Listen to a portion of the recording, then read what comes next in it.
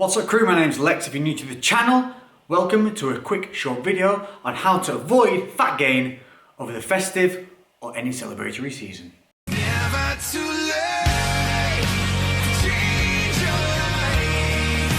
The story's not over, the ending is mine. Whatever it takes. So obviously it's Christmas, it's a time to celebrate with your family, friends and take a little bit of a break from the stringent dieting and monitoring of food, just to sit back, relax emotionally and physically, just get a release. It's very important that you do this and that you allow yourself to have a life. Remember, the gym goes around your life, not your life around the gym. So I'm going to give you some really quick, simple tricks to avoid 1, the guilt, and 2, the real fat gain that can be caused from indulgences over festive seasons, holidays, birthdays, or any event where you know that you're going to go off-piste and enjoy a little bit of fun.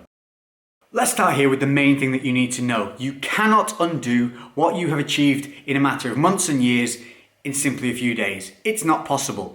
A lot of the things that you see after indulging, things like softening off, feeling bad, bloating, these are all acute symptoms and will go away after a period of around about 5 to 7 days. Just because the number goes up on a scale doesn't mean that you've had a negative effect or gained actual fat from a single or a couple of days of just letting loose. Just like you cannot gain muscle in a matter of days, you cannot pile on the pounds in the same amount of time. So it's Christmas in 2 days, but 2 days is all you're going to need. For future celebrations or any period where you're going to be going away for a couple of days, you can do this up to 3 days. So since we have tomorrow and Christmas Eve to do this, that's all you're going to need. You're simply going to do a depletion phase for the body. This is a simple trick to elicit the body into taking in more glucose on the 3rd day than it would normally. Usually we can get this to go up to an extra 30% uptake, but because we've only got 2 days to work with, we're probably going to get around about 20-25%, something like that. Either way, it's going to be more than would be normally, plus you're going to feel like you've earned this little bit of a treat. For those of you used to counting macros, we're going to go with people that weigh around about 180 pounds. Then I'll give you the values either side of that weight to kind of go in, but we're going to work on those parameters. 180 pounds, then we'll work below 180, above 180. This is simply a depletion phase, so we're not going to get too scientific with it. We're just going to give you a range, hit it, you'll be good. So for 180 pounds, you're going to hit these figures. 200 protein, 165 carbs, 55 fat. If you're below 180 pounds, you're going to hit these figures. 200 protein, 150 carbs, 50 fat. If you're a big motherfucker and you're above 180 pounds, you're going to hit these figures. 210 protein, 165 carbs, 60 fats.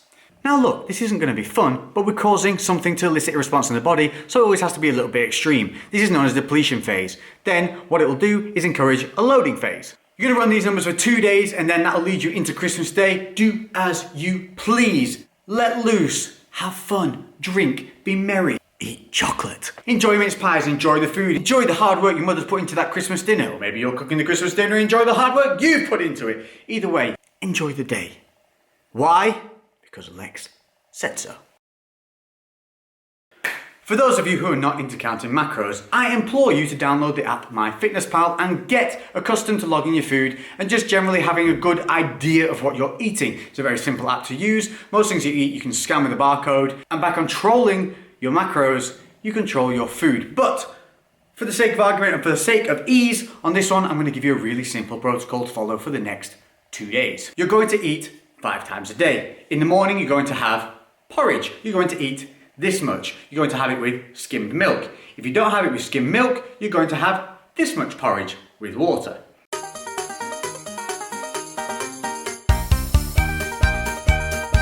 Meal 2. I want you to have a high protein, low carb, moderate fat meal. So something like a chicken Caesar salad, but don't go for the big fat dirty Caesar dressing.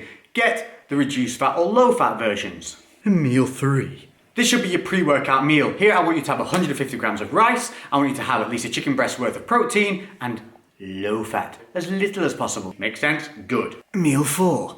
The post-workout meal. If you want to make this a shake, I want you to add 1 whole banana or 200 grams of strawberries, 20 grams of honey. If you don't like any of those choices, just log those into MyFitnessPal. see what values it gives you, find something comparable that you like that is a fruit that gives you the same carbohydrate level. Easy. If you want to have a whole food meal, then I want you to have at least a chicken breast worth of protein. I want you to have again 150 grams of rice. Doesn't matter if it's white or brown, choice is yours. Brown will make you feel fuller for longer, so I would say have the brown. The only difference between the brown and the white is brown rice is white rice with a husk around it. More fibre, fills you up more. Easy. Meal 5. We're going to do the same as we did with meal 2. You're going to have a chicken breast amount size of lean meat protein. You're going to have something like a salad and a moderate fat portion. So we're talking like a dressing, some hummus, 10-15 grams of nuts in the salad, some peanut butter in there on the chicken. Have fun. Olive oil will also do, just drizzle it over. Just don't do Jamie Oliver style portions of olive oil.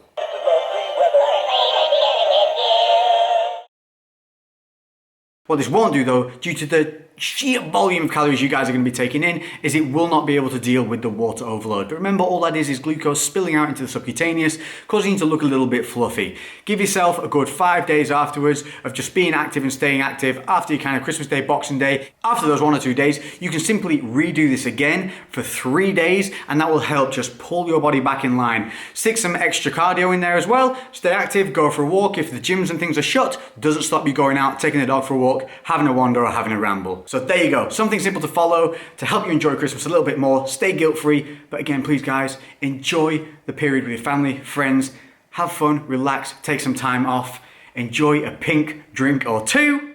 If you've enjoyed this video, please don't forget to hit a thumbs up, leave a comment below with any questions you might have. I will be active on here answering your questions.